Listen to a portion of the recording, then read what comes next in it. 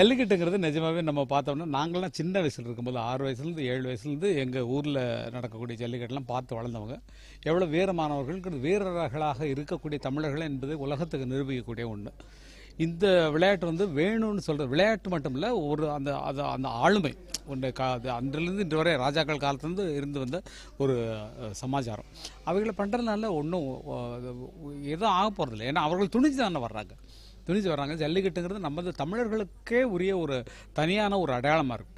அதை வந்து வரணுங்கிறதுல எனக்கு வந்து ரொம்ப ஆசை உண்டு. ஏன்னா வந்து அந்த வேறு எல்லாத்தையும் இழந்துட்டு போகிறோம் சார், எல்லாத்தையும் இழந்துட்டு போயிட்டு இருக்கோம். ஒவ்வொரு கலாச்சாரங்களையும் இழந்துட்டு போயிட்டுருக்கோம்.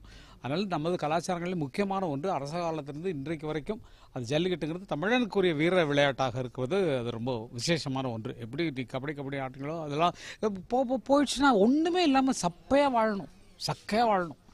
அதனால் இது வந்து தமிழர்களுக்கான அடையாளத்தை காட்டக்கூடிய ஒன்றாக இருப்பதால் இது நிச்சயமாக வரணும் அப்படிங்கிறதுல எனக்கு ஆசை உண்டு. அதே மாதிரி மேலிடங்களிலும் இது நடைபெற வேண்டும் என்ற ஒரு பேச்சு எழும்பொழுது எனக்கு சந்தோஷமாக இருக்கும். ஆமாம், கொண்டாட்டங்கள் ஜாஸ்தியாச்சு. சின்ன பசங்க நிறைய அவங்க கையில் எடுத்துட்டாங்க சினிமாவை. அதனால் அவங்க கொண்டாட்டங்கள் தான் அவங்களுக்கு விருப்பம். நம்மளாம் பொறுப்புகளோடு இருந்தோம். ஒரு கூட்டு குடும்பம் அப்படிங்கிற மாதிரி கலாச்சாரங்களில் நம்ம வாழ்ந்தோம். எல்லா படங்களும் எடுத்துங்க, கலாச்சாரங்களில் வாழ்ந்தோம். இப்போ கலாச்சாரங்களை சொல்வதில்லை. ஒரு பையன் வந்து ஒரு லவ் பண்ணான்னா அதே தான் போயிட்டுருக்கு. வெட்டுரு அடி குத்து. நாட்டில் என்ன நடக்குதோ அதை எடுக்கிறாங்க சார் பசங்க.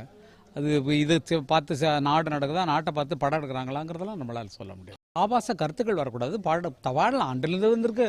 இது நடையா நாடகம் மன்றம் நடக்குது, நிறைய இருக்குது. நிறைய பாட்டு குத்து பாடல் சொன்னது, பட்டு பாவாடைங்க கட்டி வைத்த குந்து, நிறைய பாட்டு வந்திருக்குது. பெண்கள் ஏரி கரையின் மேலே போகிறவளே பெண் ஜென்டிலாக இருந்தது, அதான் சொல்கிறேன். இவ்வளவும் ஜென்டிலாக இருந்தது, அதாவது ஒரு பண்பாட்டோடு இருந்தது. அந்த வார்த்தைகள்லாம் ரொம்ப அற்புதமாக இருந்தது. இப்போது அதையும் வெள்ளையும் மீறி தாண்டி போகிறத எங்களால் சகிச்சுக்க முடியாது.